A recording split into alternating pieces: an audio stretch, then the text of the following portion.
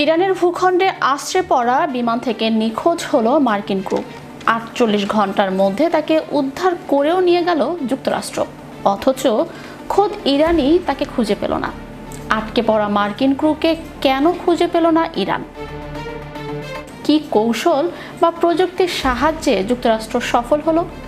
ইরানের দক্ষিণ পশ্চিমাঞ্চলীয় খুজেস্তান প্রদেশের পাহাড়ি এলাকায় গত ৩রা এপ্রিল যুক্তরাষ্ট্রের একটি এলফ ইগল যুদ্ধ বিমান ভূপাতিত করে ইরান। বিমানে ছিলেন ২ জন ক্রু, এর মধ্যে একজন পাইলট এবং একজন অস্ত্র ব্যবস্থাপনা কর্মকর্তা। উভয়ই যে কোনো উপায়ে বেঁচে যান।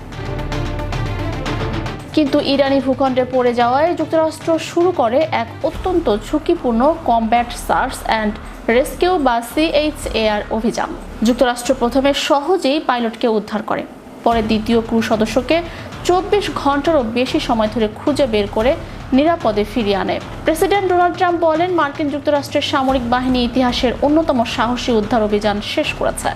এতে কোনো মার্কিন সেনা নিহত হয়নি, যদিও কয়েকজন আহত হয়েছে, তবে তা ঠিক হয়ে যাবে। বিবিসি ও রয়টার্সের প্রতিবেদন বলছে, এই অপারেশনে বেশ কিছু গুরুত্বপূর্ণ প্রযুক্তি ব্যবহার করেছে মার্কিন উদ্ধারকারী দল। এটি যুক্তরাষ্ট্রের বিমান বাহিনীর বিশেষায়িত combat search and rescue helicopter. অভিযানে 2টি জলি গ্রেন টু হেলিকপ্টার অংশ নেয়। এগুলোতে অত্যাধুনিক night vision system, infrared sensor, flare ও চ্যাফ এবং ভারী মেশিন গান রয়েছে।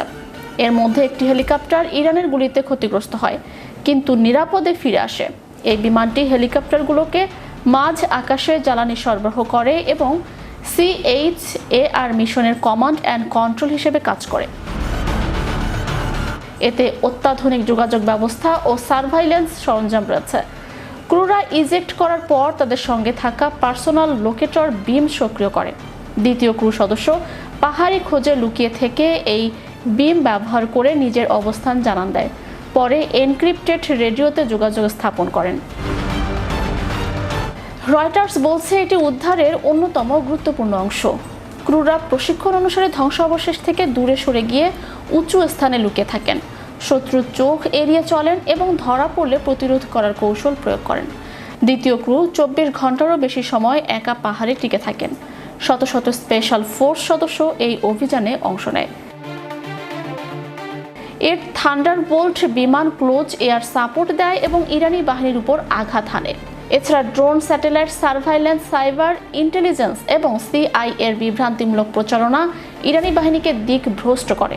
ইসরায়েলও গোয়েন্দা সহায়তা দিয়েছে বলে জানা গেছে। যুক্তরাষ্ট্রের স্যাটেলাইট, ড্রোন ও রিয়েল টাইম ইন্টেলিজেন্স ইরানের চেয়ে অনেক বেশি এগিয়ে। ক্রুরা ধ্বংসাবশেষ থেকে দ্রুত সরে যাওয়ায় ইরানি স্থল ও বাহিনী তাদের অবস্থান নির্ণয় করতে পারেনি।